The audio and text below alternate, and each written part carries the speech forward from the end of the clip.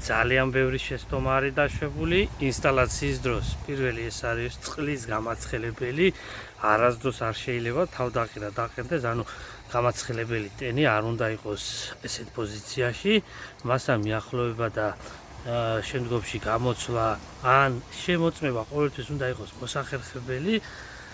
ესეთი თავდაყირა მდგომარეობით დაუშვებელი არის ეს ერთი. მეორე, ამ შემთხვევაში მიატოვა გაცხელება და ვაკეთებ შემოწმებას, თუმცა მობილიზებული მაქვს უკვე ახალი ინგლისური წარმოების სპილენძის ტენი.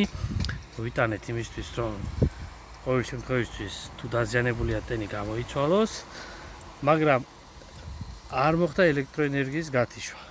რატო?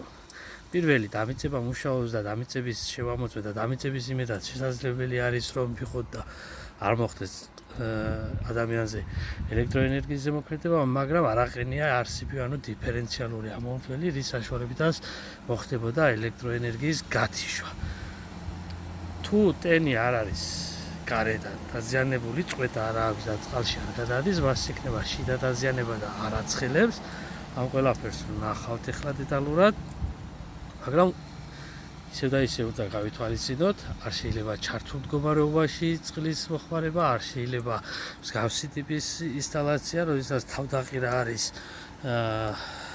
დაყენებული აი ამ ფორმაში. ახლა წყალს ვცლით, იცლება წყალი, სპეციალური გაფრთხილებით მოხსენით, მოუშვით და ნელ-ნელა ჩამოიწურება.